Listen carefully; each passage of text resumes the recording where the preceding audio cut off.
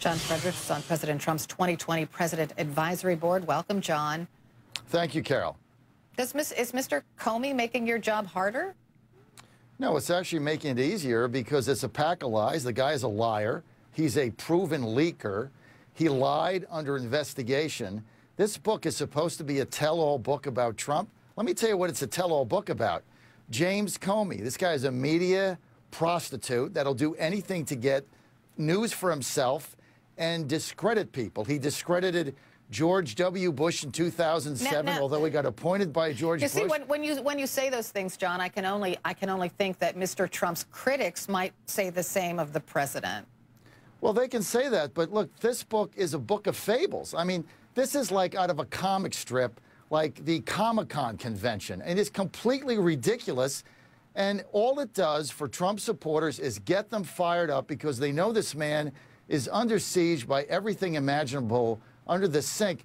I mean, James Comey got fired. He's discredited. Even when you look at the fact that he has politicized the FBI to such an extent, Carol, it's embarrassing. Even when he talked about Hillary Clinton in that interview or in the book, he said... I will only say, and I hear you, but then the president is going to maybe pardon Scooter Libby. This is a man who in the Bush years outed a covert operative for the CIA, lied to the FBI. He was convicted in a court of law. I understand that James Comey had something to do with the investigation into Scooter Libby, and now the president all of a sudden is maybe pardoning him. Why would the president do that? Well, I'm not sure that decision has been made, Carol, and as you know, many pardons... But why would he even think of doing that? I really don't know. I mean, is it just kind of a petty payback? Does he really, like, care about... Does he even know Scooter Libby?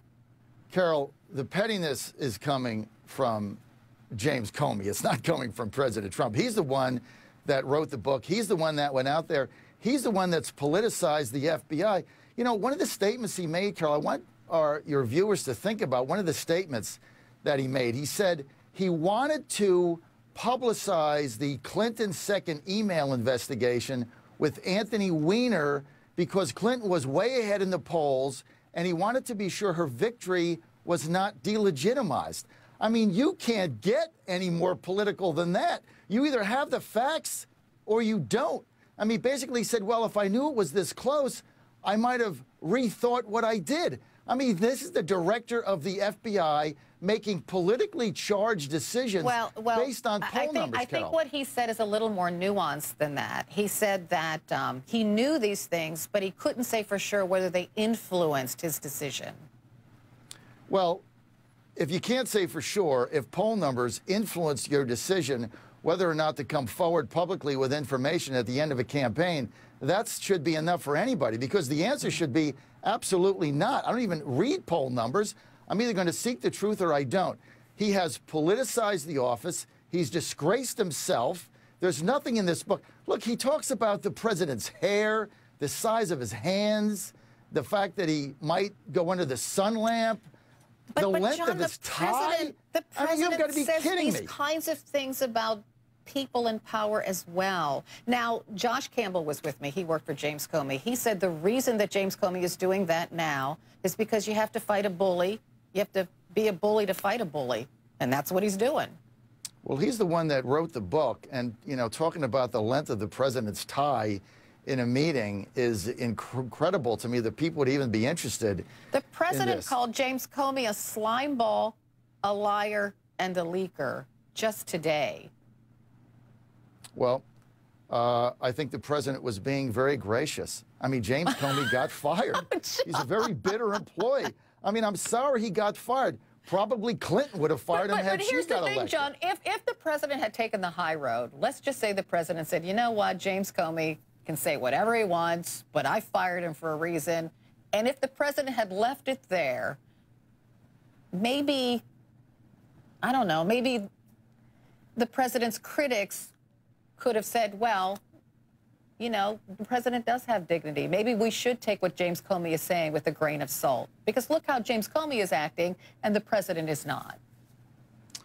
Well, that would be in a different time for a different president in a different circumstance. This president got elected and has been successful by fighting back. You punch him, he's going to punch you back 2 times as hard. That's the modus operandi. That's the way the campaign was run. That's the way the second campaign is going to be run, and that's the way he deals with these critics. It's tough to argue with his success. That's the way he rolls.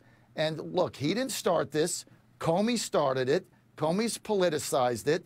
Comey's making these statements, and Comey got fired. Look, Comey got fired because Rod Rosenstein, of all people, Mueller's little stooge, is the one that sent the letter to fire the guy.